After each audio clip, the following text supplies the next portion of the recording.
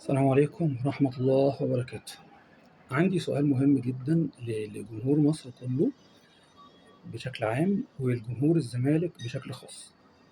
هل تفتكروا إن أحمد سيد زيزو يستاهل يلعب في المنتخب؟ طب هل تظنوا إن أحمد سيد زيزو فلِّس والمفروض أصلًا يبطّل كورة وهو ما كانش بيعرف يلعب كورة أساسًا؟ خلّيني أجاوب لكم، والفيديو ده والله العظيم قاصد بيه وجه الله سبحانه وتعالى فقط.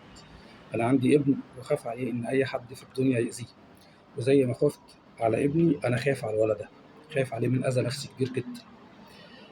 أحمد سيد زيزو لمّا كان في الزمالك كان نجم مصر، وجمهوري هنا جمهور مصر عمومًا أقسم بالله ما في أي لاعب في الدوري المحلي في مصر في مركز الباك اليمين كبديل لمحمد صلاح أحسن من أحمد سيد زيزو.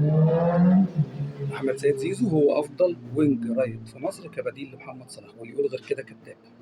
طيب إحنا كزملكاوية ربنا عوّضنا بلاعب مهاريًا وفنيًا أفضل منه. ومخلص جدًا للفريق وبنحبه وخدنا الدوري الحمد لله رب العالمين وربنا عوّضنا، هو باعنا، كلنا زعلنا عليه جدًا كزملكاوية وأنا واحد منكم زعلت عليه أوي لأن أنا كنت بادعمه جدًا ولمّا باعنا ومشي زعلت عليه أوي.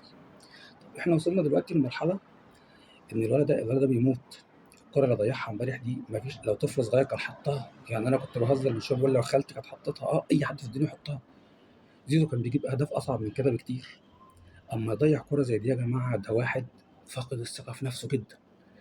ده واحد فاقد التركيز جدًا، جدًا، ده واحد الناس كلّها بتدعي عليه، لوجه الله سبحانه وتعالى يا جمهور الزمالك كفاية دعا على الولد ده، وكفاية تنمر عليه لحد كده كفاية إحنا ربنا عوّضنا وهو خد جزاؤه، ربنا يكرمه ويرزقه زي ما بتخافوا على عيالكم خافوا عليه، أحسن ما تحصل له نهاية سيئة زي نهاية أحمد رفعت وكلّنا هيبقى ذنبه في رقبتنا.